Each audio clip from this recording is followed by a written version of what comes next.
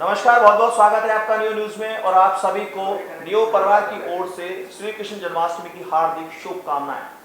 संपूर्ण भारत में आज श्री कृष्ण जन्माष्टमी का पर्व पूरे हर्षोल्लास के साथ मनाया जा रहा है और मथुरा जनपद के श्री कृष्ण जन्म स्थान पर भी पर्व मनाया जा रहा है। इस समय हमारे साथ मौजूद हैं स्टूडियो में, जो कि हमारे साथ श्री कृष्ण जन्माष्टमी को लेकर के चर्चा करेंगे, साथ ही साथ जानकारी देंगे कि किस प्रकार से जन्माष्टमी के अवसर पर आप पूजन कर सकते हैं। तो इस समय हमारे साथ मौजूद हैं आचार्य कमलेश पांडे जी, जो कि कथाचार भी हैं, भागवताचार भी हैं। पांडे जी, आपका बहुत बहुत स्वागत है। धन्यवाद। हम जानना चाहेंगे कि आज किस प्रकार से भगवान श्री कृष्ण की महत्वता हमें ध्यान रखनी चाहिए। समस्त भगवान की दिव्य प्राकट्य भूमि पर पधारे हुए देश विदेश के सभी कृष्ण भक्तों को सादर जय श्री कृष्णा। आइए इस जन्माष्टमी के दिव्य महोत्सव में भगवान के स्वरूप पर, जन्माष्टमी के उत्सव पर कुछ चर्चा करें। और चर्चा प्रारंभ करने से पूर्व भगवान को पहले प्रणाम करेंगे। ओम सच्चिदानंद रूपाय विश्वोत्पत्त्यादिहेतवे तापत्रय विनाशाय श्रीकृष्णाय वयं नुमः। भगवान श्री कृष्ण का जन्मोत्सव आज हम बड़े ही हर्षोल्लास के साथ मनाने जा रहे हैं। भगवान श्री कृष्ण का यह जन्मोत्सव एक युग अवतार के रूप में हम लोग प्रतिवर्ष मनाते हैं। भगवान का जो जन्म लेने का उद्देश्य होता है वो शास्त्रों में विभिन्न प्रकार से बताया गया है। हरि अनंत, हरि कथा अनंता। तो भगवान के जो अवतार हैं वो भी अनंत हैं, भगवान की कथाएं अनंत हैं। इसलिए जितना भी संतों के मुखों से और शास्त्रों के द्वारा हमने सुना है उसी पर चर्चा करते हैं। जी, किस तरह से भगवान श्री कृष्ण का पूजन और विधि विधान से करना चाहिए कि कुछ ही घंटों बाद भगवान श्री कृष्ण का जन्म होगा, उसकी पूरी प्रक्रिया होगी, किस प्रकार से भक्तजन पूजा अर्चना कर सकते हैं? दर्शकों, भगवान श्री कृष्ण का पूजन षोडशोपचार से, पंचोपचार से, लब्धोपचार से शास्त्रों में बताया गया है। षोडशोपचार से पूजन में 16 सामग्रियां होती हैं।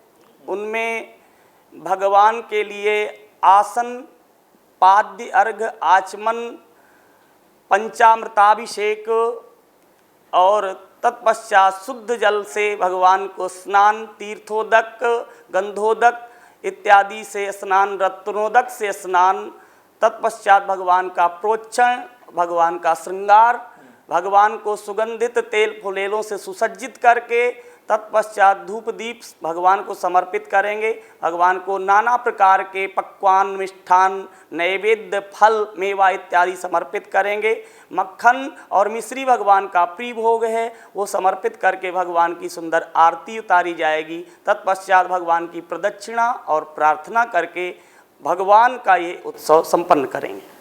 पंडित जी बताएं कि खीरे से ही भगवान श्री कृष्ण का जन्म की मान्यता की गई है कि उसी तरह से विधि विधान से करना चाहिए। आखिरकार क्या महत्व है, खीरे से ही भगवान श्री कृष्ण का क्यों जन्म किया था प्रतीकात्मक तौर पर? देखिए, ये एक लोकाचार है, शास्त्रों में इसका कोई उल्लेख नहीं है। हाँ, विद्वानों का ऐसा कहना है कि खीरा ऐसा होना चाहिए जिसमें उसका अग्रभाग भी हो, अर्थात कोई बेल हो। क्योंकि खीरे को मनाने का उद्देश्य यही है कि खीरे से भगवान का जन्म होना, खीरा को उदर रूप माना, गर्भ माना। और उस गर्भ में जब बच्चा पैदा होता है गर्भ से, तो उसमें नाल होती है। तो खीरे का जो तना होता है उसको नाल काटने का स्वरूप मान करके और ये जन्मोत्सव मनाया जाता है। यही खीरा का उद्देश्य है, बाकी और कोई उद्देश्य नहीं है। उसको प्रतीकात्मक तौर पर जो है मनाया जाता है, जन्म किया जाता है। जी। अब भगवान श्री कृष्ण को ले तो भगवान श्री कृष्ण भगवान विष्णु के 8वें अवतार हैं जी। इनकी यदि हम बात करें, गीता की तो सर्वाधिक विश्व प्रसिद्ध ग्रंथ है जी। किस तरह से गीता हमें संदेश देती है मानवता के लिए, मानव मूल्यों के लिए? देखिए, भगवान श्री कृष्ण ने गीता में कहा है कि यदा यदा हि धर्मस्य ग्लानिर्भवति भारत अभ्युत्थानमधर्मस्य तदात्मानं सृजाम्यहम् परित्राणाय साधूनां विनाशाय च दुष्कृतां धर्म संस्थापनार्थाय संभवामि युगे युगे। भगवान कहते हैं, हे अर्जुन, मैं जब जब धर्म की हानि होती है, अधर्म का बोलबाला होता है, चारों तरफ गौ और ब्राह्मणों पर अत्याचार होता है, तभी मैं साधुओं के परित्राण के लिए हर युग में अवतार धारण करता हूं। भगवान राम के विषय में भी गोस्वामी तुलसीदास जी ने रामचरितमानस में लिखा है कि जब जब होई धर्म की हानि बाढ़हि असुर अधम अभिमानी तब तब धरि प्रभु विविध शरीरा हरहि कृपा निधि सज्जन पीरा। इसी संदर्भ में द्वापर युग के अंत में जब कृष्ण के भगवान प्रकट हुए तो उसका मात्र उद्देश्य यही था कि कंस के अत्याचार से पृथ्वी बहुत ही घबराने लगी और गौ का रूप धारण करके समस्त देवताओं के साथ भगवान के पास पहुंची और रो करके कहा कि अब मैं भार सहन नहीं कर सकती, प्रभु आप अवतार धारण करें और मेरा भार दूर करें। पंडित जी, आपने बहुत अच्छी बात बताई, लेकिन ये बताया जाता है कि भगवान विष्णु के 8वें स्वरूप थे भगवान श्री कृष्ण। तो ऐसा क्या था, क्या धर्म पुराण के अनुसार कि भगवान श्री कृष्ण ने जेल के अंदर ही जन्म लिया? ये बहुत अच्छी रोचक विषय है कि आप जानकारी देना चाहेंगे दर्शकों की, जेल के अंदर ही भगवान ने क्यों जन्म लिया? बहुत सुंदर प्रश्न आपने किया और आज पहली बार ये प्रश्न हमारे सम्मुख आया है। देखिए, हम सभी वसुदेव और देवकी हैं जी। और हम सभी कारागार में हैं। हमारा जो शरीर है, ये हमारा शरीर ये पंच ज्ञानेंद्रियां, पंच कर्मेंद्रियां, पंच तत्व और पंच प्राण, मन बुद्धि अहंकार इत्यादि इनसे संचालित है। तो हमारे जितने भी नाते रिश्तेदार हैं, मिलने जुलने वाले हैं, हमारा परिवार है, यही सब हमारे पहरेदार हैं और ये संसार ही कारागार है। हमारा जो मन है वो वसुदेव है और जो हमारी बुद्धि है वो देवकी है। अगर हम अपने मन और बुद्धि को अहरनिश भगवान के चिंतन पे लगा देंगे, भगवान के चरणों पे लगा देंगे, तो निश्चित रूप से भगवान हमारे सम्मुख प्रकट होंगे। कारागार में जन्म लेने का मात्र भगवान का यही उद्देश्य था।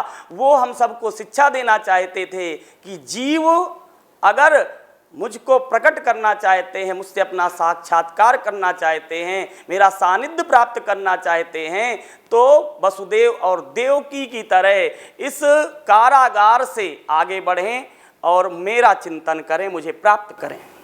ये उद्देश्य था उनका जन्म लेने। जी। भी जानना चाहेंगे, जिस तरह से श्री कृष्ण जन्माष्टमी इस बार पड़ रही है, रोहिणी नक्षत्र में बताया जाता है, क्या ऐसी कुछ राशियां हैं व्यक्तियों की जिन राशियों पर भगवान श्री कृष्ण के जन्म का प्रभाव पड़ेगा, ग्रह रोहिणी नक्षत्र का प्रभाव, ऐसी कौन सी राशियां जिन पर प्रभाव पड़ेगा? जी देखिए भक्तों, ये एक बहुत ही पावन अवसर है बहुत कम वर्षों में ऐसा योग बनता है जिसमें अष्टमी और रोहिणी नक्षत्र का संयोग प्राप्त हो। रोहिणी नक्षत्र पे जो चंद्रमा है ज्योतिषीय दृष्टि से उच्च राशि पर होता है। चंद्रमा जब अपने उच्च राशि पर पहुंचता है तभी उसके तृतीय चरण में भगवान जन्म लेते हैं। भगवान का अवतार चंद्रवंश में हुआ और चंद्रमा रोहिणी नक्षत्र के तृतीय चरण पे बी अक्षर से भगवान का नाम बिहारी पड़ा, तो भगवान का जन्म का नाम बिहारी है, इसीलिए भगवान को कहते हैं बिहारी जी। बोले बांके बिहारी लाल की जय। इसमें सबसे जो ज़्यादा लाभ प्राप्त होगा वो वृष राशि वाले जातकों को होगा। वृषभ राशि वाले जातकों को बहुत ही उन्नति प्राप्ति होगी। वृषभ राशि वाले जातक दूध से बनी हुई मिठाइयों का भगवान को भोग लगाएं, फल और रबड़ी से युक्त रोटी गाय को खिलाएं, इससे उनको निश्चित ही व्यापारिक लाभ होगा, आर्थिक लाभ होगा और घर की पारिवारिक समस्याओं से मुक्ति मिलेगी। जी। अन्य राशियां तुला, वृश्चिक, सिंह, कुंभ, क्या इनको किसी प्रकार का लाभ मिलेगा? अवश्य, बहुत ही अच्छा प्रश्न है। सबसे पहले बात करते हैं मेष राशि की। जी। मेष राशि में भगवान की जो जन्माष्टमी है, इसमें जो चंद्रमा है वो 12वें घर पे होगा और राशि के अनुसार मेष राशि के जातक अगर भगवान को गुलाब का फूल अर्पित करें और भोग में भगवान को हलवा समर्पित करें तो निश्चित रूप से उनकी मनोवांछित इच्छाएं पूर्ण होंगी। अब बात करते हैं मिथुन राशि के जातकों की। मिथुन राशि के जातकों के लिए यह जन्माष्टमी पर्व बहुत ही हर्षोल्लास प्रदान करने वाला है। मिथुन राशि के जातक भगवान का सुंदर श्रृंगार करें, भगवान का सुंदर पूजन करें और हरी पालक या बथुआ रोटी के साथ गाय को खिलाएं, भगवान को मिश्री का भोग लगाएं, जिससे उनको निश्चित ही प्रत्येक कार्य में लाभ मिलेगा। अब बात करते हैं दर्शकों कर्क राशि की। कर्क राशि का स्वामी चंद्रमा है और चंद्रमा वृषभ राशि में उच्च का होकर के बैठा है, तो कर्क राशि के जातकों को भी व्यापारिक दृष्टि से, पराक्रम की दृष्टि से विशेष लाभ होगा। कर्क राशि के जातक भगवान की पूजा करें, भगवान का सुंदर पंचामृत से अभिषेक करें और भगवान को भोग के लिए मुनक्के का भोग लगाएं। मुनक्के का भोग और फलों में भगवान को पपीता समर्पित करें तो निश्चित रूप से उनको विशेष लाभ प्राप्त होगा। अब बात करते हैं सिंह राशि की। सिंह राशि के जातक भगवान का सुंदर श्रृंगार करके भगवान को पके हुए केले से भोग लगाएं, प्रसाद में गेहूं के आटे को भून करके उसमें बूरा और मिश्री मिला करके भगवान को समर्पित करें, यानी पंजीरी, लेकिन उसमें मिश्री भी मिलानी, तो उससे जातकों को बहुत लाभ मिलेगा और उनको मनोवांछित फल की प्राप्ति होगी। अब बात करते हैं अगली राशि अर्थात कन्या राशि की। कन्या राशि के जातक भगवान का विधिवत पूजन करें और पूजन करने के पश्चात भगवान को 7 हल्दी की छोटी छोटी गांठें ले करके भगवान के ऊपर 7 बार उसारा करके और उन्हें अपने कोषागार में रख लें। जहाँ मतलब धन वगैरह रखते हैं तिजोरी में। जी, तो निश्चित रूप से उनकी आर्थिक समस्या समाप्त होगी, इस पे जरा भी संदेह नहीं है। आगे बात करते हैं हम तुला राशि की। जी। तुला राशि के जातक जो शुक्र के प्रभाव में आते हैं, तुला राशि का स्वामी शुक्र है और शुक्र और चंद्रमा दोनों आपस में शत्रु हैं। तो शुक्र से युक्त जीव वो अगर भगवान का सुंदर श्रृंगार करके और भगवान को सुगंधित इत्र समर्पित करते हैं, सेंट, और भगवान को प्रसाद में पंचमेवा और गिरी से बने हुए पकवान समर्पित करते हैं, तो निश्चित रूप से उनको आर्थिक उन्नति प्राप्त होगी। और अगर वो नाना प्रकार की संतान और रोग इत्यादि से ग्रसित हैं तो उनको भगवान को सफ़ेद पुष्प समर्पित करना चाहिए। सफ़ेद सुगंधित मोगरा इत्यादि का पुष्प समर्पित करने से उनको शारीरिक और जितनी भी आर्थिक सामाजिक समस्याएं हैं मुक्ति मिलेगी। ये जानना चाहेंगे पंडित जी कि ये जो राशियों पर असर पड़ेगा इस पूजा का, तो ये कितने समय तक रहेगा? क्या इस वर्ष रहेगा कि 3 महीने रहेगा या 6 महीने रहेगा? देखिए, इस पूजा का जो प्रभाव है यह पूरे वर्ष रहता है, मतलब पूरे वर्ष भर रहेगा। जी, 1 साल तक पूरा प्रभाव रहता है। जी। अब आगे बात करते हैं वृश्चिक राशि।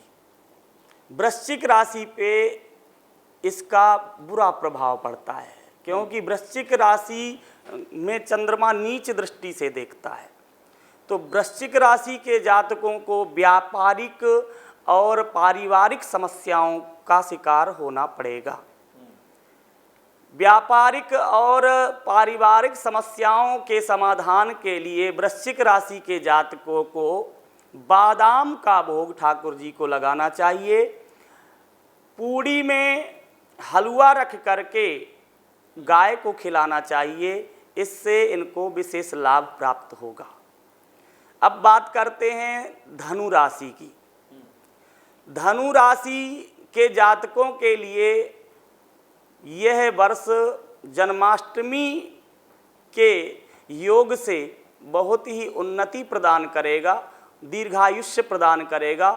धनु राशि के जातकों को केसर का तिलक लगाना विशेष लाभदायक होगा।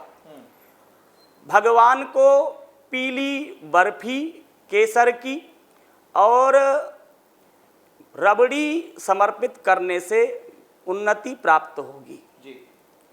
बात करते हैं मकर राशि की। मकर राशि का स्वामी शनि है और शनि गुरु के घर में धनु राशि पे चल रहा है। तो शनि की प्रसन्नता के लिए, शनि की शांति के लिए भगवान का सुंदर पूजन करके, क्योंकि शनि धार्मिक ग्रह, तो भगवान को कनेर के पीले पुष्प समर्पित करना विशेष लाभदायक होगा। पूजन में कनेर के पुष्प समर्पित करें, भगवान को सुंदर केसर युक्त दुग्ध भोग में लगाएं, गाय को गुड़ और चना रोटी में मिला करके दें, निश्चित रूप से लाभ मिलेगा। बहुत बहुत धन्यवाद पंडित जी, आपने जानकारी दी जिस प्रकार से कि राशियों में किस प्रकार से पूजा करनी चाहिए और इनका प्रभाव वर्ष भर दर्शकों रहेगा। और जिस तरह से पंडित जी ने बताया है कि किस प्रकार से पूजा करनी चाहिए अपनी अपनी राशि के अनुसार, उससे आपको लाभ अवश्य मिलेगा। पंडित जी, बात करते हैं कि जिस तरह से भगवान श्री कृष्ण ने महाभारत में गीता को उपदेश दिया और उपदेश देने के बाद उनके सिर पर मोर मुकुट भी था, हाथ में चक्र भी था, बांसुरी भी थी, पूरी तरह से सुसज्जित थी। क्या माना जाए, बांसुरी क्यों धारण की, मोर का पंख दोनों धारण किया, उधर चक्र भी वो धारण करते हैं। जब अपना विशाल रूप वो अर्जुन को दिखाते हैं कि मैं ही सब कुछ हूँ, तो उनके हाथ में धनुष बाण भी होता है। तो ऐसा स्वरूप भगवान श्री कृष्ण का क्यों था, क्या क्यों देखने को मिला? बहुत सुंदर प्रश्न है। भगवान का जब हम ये स्वरूप देखते हैं तो भगवान के स्वरूप का सुंदर चिंतन अपने मन में स्वतः ही होने लगता है। हम भगवान के स्वरूप का चिंतन करते हैं। तो सबसे पहले आता है कस्तूरे तिलकम ललाट पटले वक्षस्थले कौस्तुभम नाशाग्रे वरमौक्तिकं करतले वेणुकरे कंकणम शर्वांगे हरिचंदनम सुललितम कंठे च मुक्तावली गोपस्त्री परिवेष्टितो विजयते गोपाल चूड़ामणि। तो भगवान का जो स्वरूप है, भगवान की जो रूप माधुरी है, उस पे सबसे पहले विद्वानों ने और सुखदेव जी महाराज ने, वेदव्यास जी महाराज ने, बड़े बड़े संतों ने भगवान का पहले मस्तक देखा। मस्तक क्यों देखा? क्योंकि आदमी का जब आदमी का माइंड सही होगा, माइंड सेटल होगा, तभी आदमी अच्छा सोचेगा, अच्छा करेगा। तो भगवान कस्तूरी का तिलक धारण करते हैं अपने ललाट पे। और भगवान ये धारण इसीलिए करते हैं क्योंकि व्यक्ति को अपने मन को अपने अधीन रखना चाहिए, ना कि मन के अधीन हो जाना चाहिए।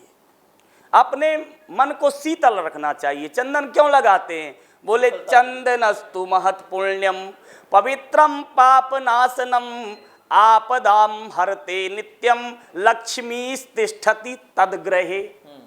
तो चंदन लगाने से क्या होता है? बोले चंदनस्तु महत् पुण्यम पवित्रम पापनाशनम।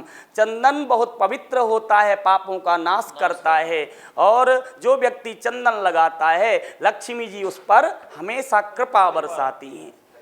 तो और मन को शीतलता प्रदान करता है। ब्रह्मरंध्र को ये शीतलता प्रदान करता है, जिससे आदमी कूल रहता है। दूसरा बताया कि भगवान का वर्ण, भगवान का वर्ण कैसा है? नील गगन जैसा है। नीला रंग, नीला रंग, श्याम रंग भी बोलते हैं, श्याम रंग। तो भगवान का जो गगन सदृश, नील गगन सदृश भगवान का सुंदर वर्ण है। इससे भगवान हम लोगों को ये शिक्षा देना चाहते हैं कि भगवान नील गगन जैसे विशाल है। इसलिए हमको जो है विशाल सोचना चाहिए। हमारी सोच जो है संकुचित नहीं होना चाहिए, बड़ी सोच होनी चाहिए, बहुत बड़ी सोच होना चाहिए। भगवान इससे जो है हमको ज्ञान देते हैं, हमको शिक्षा देते हैं। तो भगवान का जो नीला वर्ण है इसी का प्रतीक है। अब बात करते हैं हम मुरली की।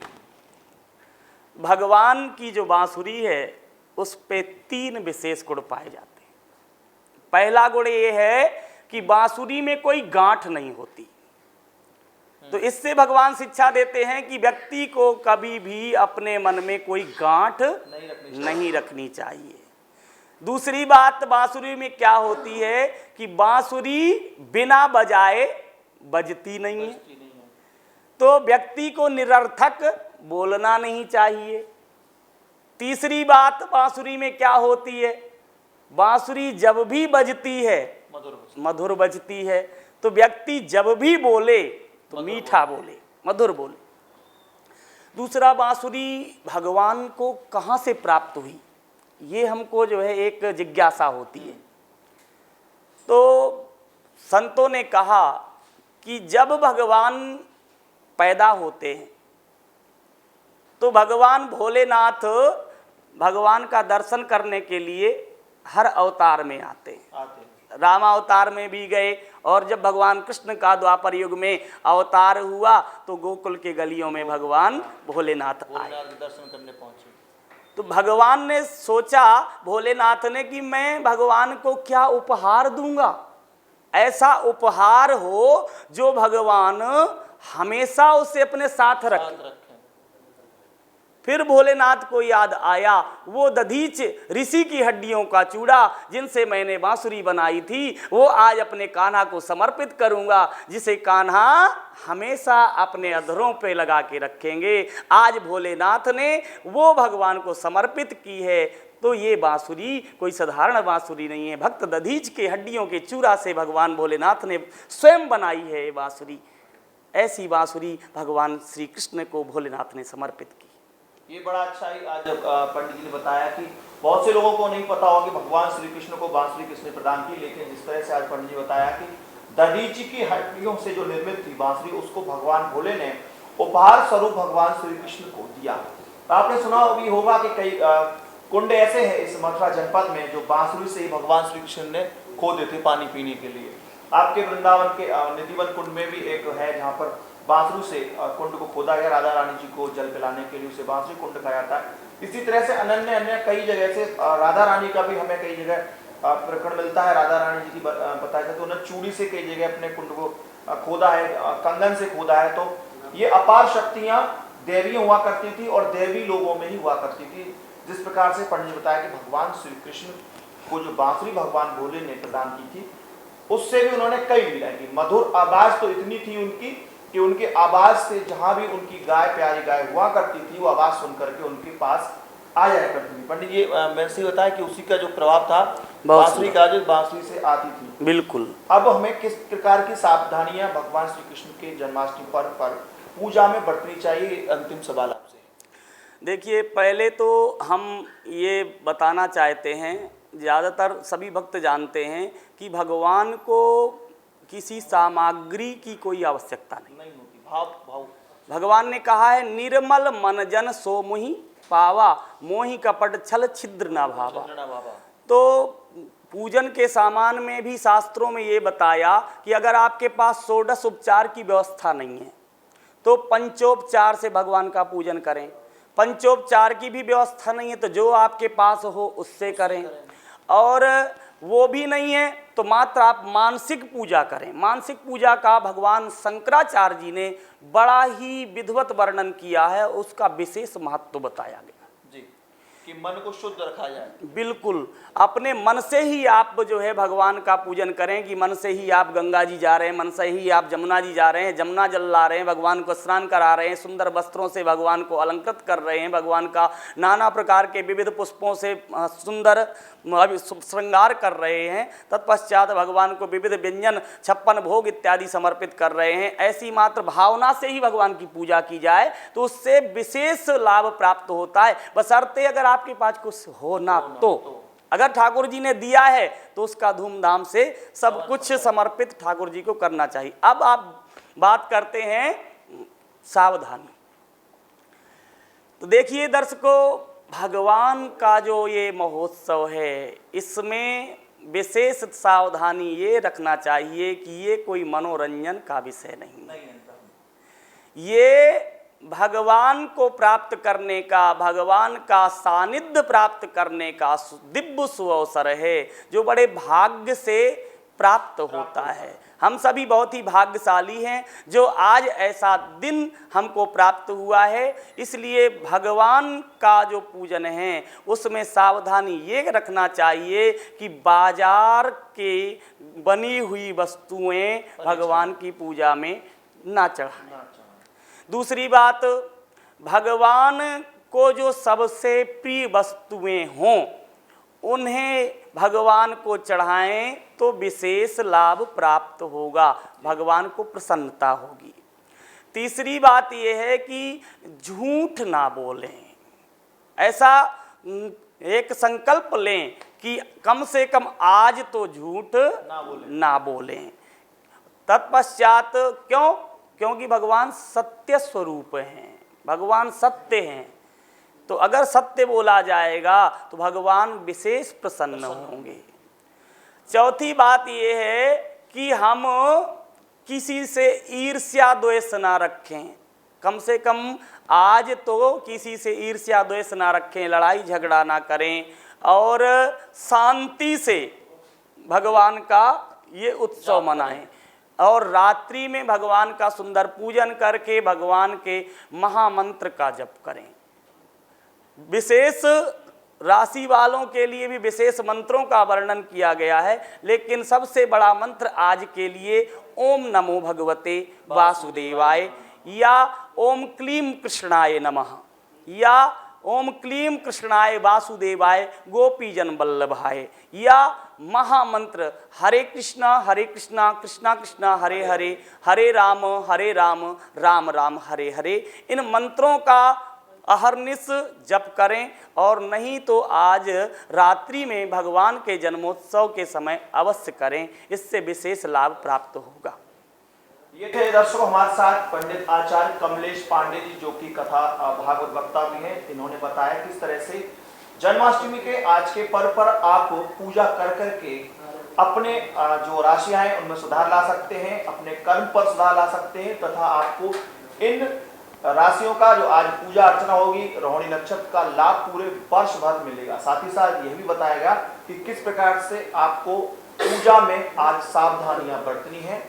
और ये तो कहा भी गया है कि मन सच्चा होना चाहिए, ईश्वर आपके सामने प्रकट हो सकते हैं। जिस तरह से कारागार में, कंस की कारागार में भगवान ने जन्म लेकर ये सिद्ध किया कि सच्ची श्रद्धा आप जहां रखेंगे वहां मैं उपस्थित रहूंगा।